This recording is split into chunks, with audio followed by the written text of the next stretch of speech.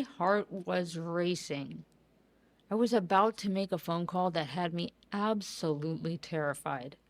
This was 2016, and I had scheduled my first ever ideal client interview. There was so much drama going on in my mind. What if they think I'm trying to sell them something? What if they think I'm stupid? What if they ask me a question and I can't answer? What if I forget to ask something important? What if?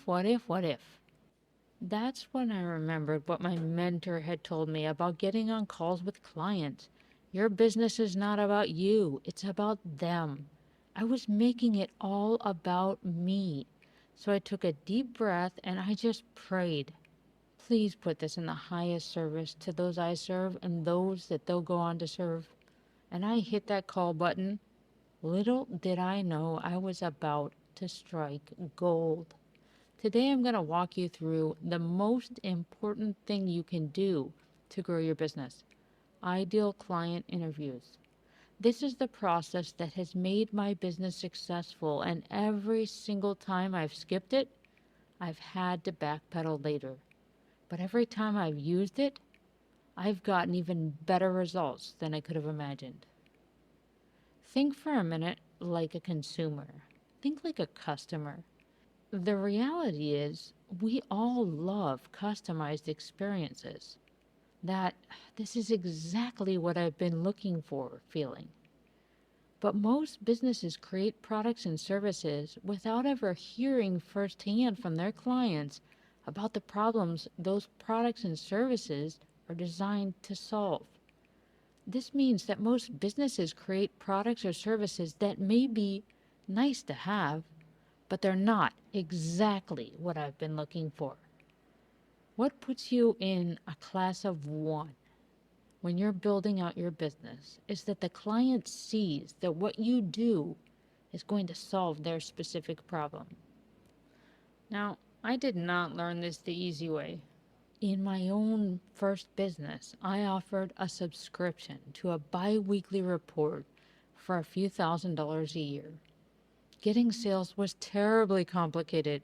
It was expensive. It was very difficult. It took a long time. And eventually, I had to shut down that business.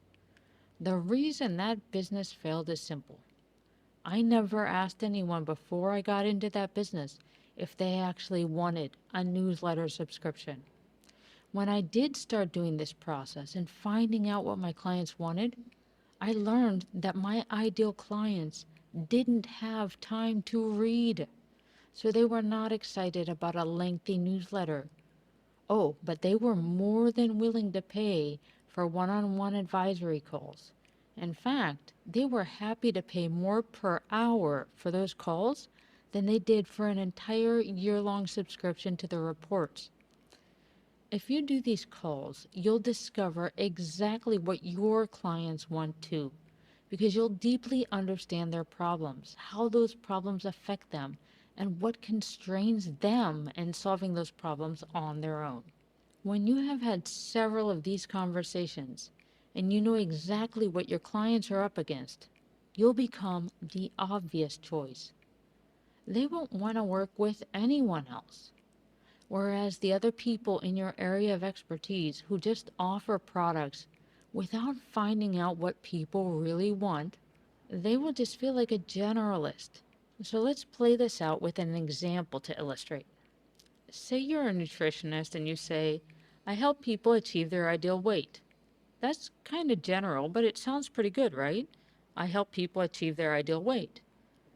But as we start to carve out your niche, it becomes clear that you really love working with women, particularly women who have not seen their ideal weight since they were in their 20s. You love that transformation and seeing them gain so much confidence in themselves. It's like a whole new life. So you get on a call with a few of them and you dig deeper and you ask some questions and you find out that they've tried just about every diet out there. They say things like, I always feel like I'm guessing.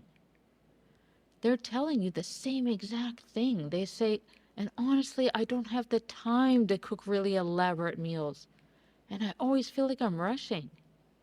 And when I go to the store, it's always on the way home. And then I have to figure out right now on the spot what the heck I need to buy to stay on the diet. And I have hungry kids waiting at home. So it just becomes stressful. And I get so frustrated because I look in the mirror and I don't see me. I see this body that I don't know what happened to it. But I just want to feel like me again. But these diets, they just wear me down and they don't give results because it's like if I mess up for 1 week, I put it all back on and more. These same type of comments, they keep coming up in the interviews. So before, your generalist motto was, I help people achieve their ideal weight. But now, with these few insights, your motto can become, I help busy moms cut out all the guesswork on dieting. I tell them exactly what to buy and how to prepare it so they get to their ideal weight and they stay there. Can you see from this example how much more powerful your marketing will be when you're that dialed into your ideal client? Think about the products and services you would offer. You could even send them grocery lists. You could even have a VA go online for them and do their grocery shopping online and just leave it in a cart for them to log on and pay later. There are so many new ideas and ways that you could come up with just because you really took the time to listen and to understand the problem. Let me give you a real example from my own work of how these can lead you to make a major pivot in your business. I used to do these ideal client interviews on behalf of my clients when I was helping them build out their businesses. So I had a client in the fitness world who was building out one-on-one fitness programs. Through these interviews, we discovered that people just didn't want the fitness piece. They didn't just want the training. They wanted to be part of something, a team. They would say things like, I need encouragement. It's so hard to do this on your own. I've tried so many times. I just need somebody to believe in me. I need that sense of we can do this together, that sense of family, to know that no one's gambling on my health or my goals. There's so many trainers out there that are just there for a job. I need to be pushed. I need someone to help me. I need someone to help me believe in me again. So those programs, instead of doing one-on-one training programs, those programs became group programs. The results for his clients have been so great that his programs sell out months in advance. From the standpoint of the business model, this wasn't a minor tweak. It's actually allowed him to scale. Whereas one-on-one, he could have never achieved the same results. He would have maxed out in the available hours he has in a day. But he's worked with over 5,000 people worldwide. So when you listen deeply, with empathy, with understanding, and you take down notes of what clients said in their own words, you can truly speak to what they aspire for. When you do these interviews, you get to see the transformation before your client even starts working with you because you're so crystal clear on the problem you're solving. That is the power of these interviews. So now I want to get into some of the specifics of these interviews. And the question I get asked the most about these calls is, how do I handle the calls? I don't want people to think I'm selling to them. So the first thing to remember when you do an ideal client interview is that your business is not about you. It's about your client and the dreams and goals and aspirations they have. And what you're truly creating is a space for them to talk about those things. So many times people have said things to me on these calls like, I've never said that out loud before, or I've never told anyone that before. The interview with your ideal client is really a sacred space where you get to enter into their world. I remember that first call I was so terrified to make back in 2016. I was always very shy, and that was compounded by a total lack of self-confidence. If you've ever had thoughts like, I'm not enough, I'm not good enough, what if it doesn't work? What if I fail? What if I say something stupid? What if? Okay, those were the things on loop in my head. But you have to remember, it's not about you. What happened on that call I was so terrified to make was that I listened. I asked them to tell me more. And a point came in the call where the ideal client I was interviewing said to me, "You know, thank you for listening to me because I just get so frustrated." And the next words he said after that became the copy on my next website. Your ideal clients will give you the exact words you'll use in your marketing if you just let them fully express what's going on. By now, I've probably done a few hundred ideal client interviews.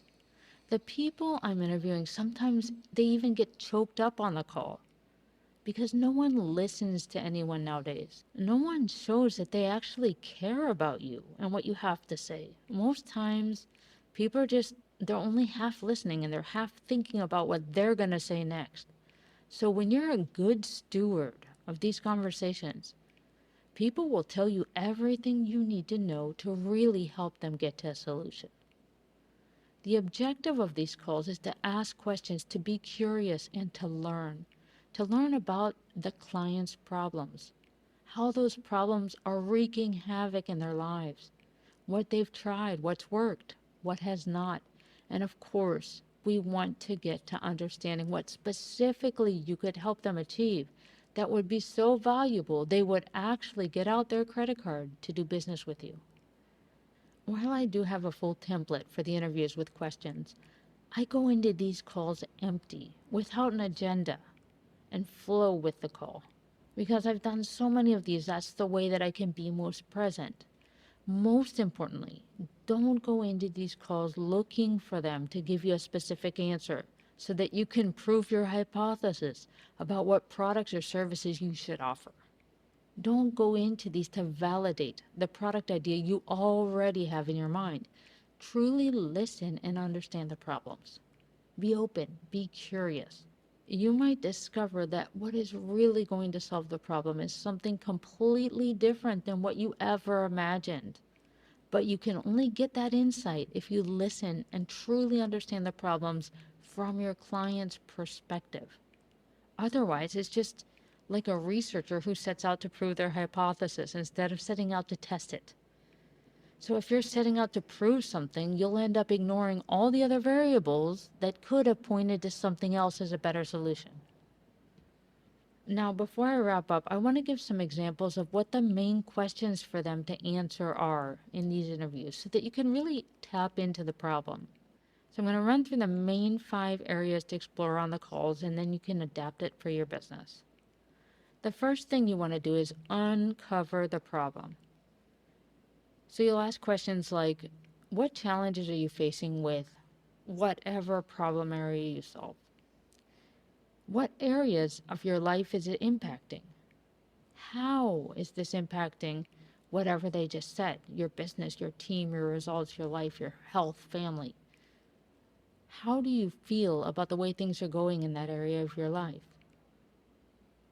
Second, you want to understand what happens if the problem is not solved. So you ask questions like, what happens if this persists? If things keep going in the same direction? How will this affect your team, your organization, your career? What opportunities are you missing because of this? Third, you want to get cleared on their desired outcome. What would success look like for you? How would solving this change things for you? What would be possible if this weren't an issue anymore? Fourth, you want to find out what solutions they've already thought of. What have you tried before to solve this? What kind of support would be most valuable? What would the ideal solution look like to you? What would make you most confident in choosing a solution? And fifth, try to tap into what they would be willing to pay for. So you're going to ask questions like, what result would be so valuable that you'd actually pay for it? What type of investment would you be willing to make to solve this?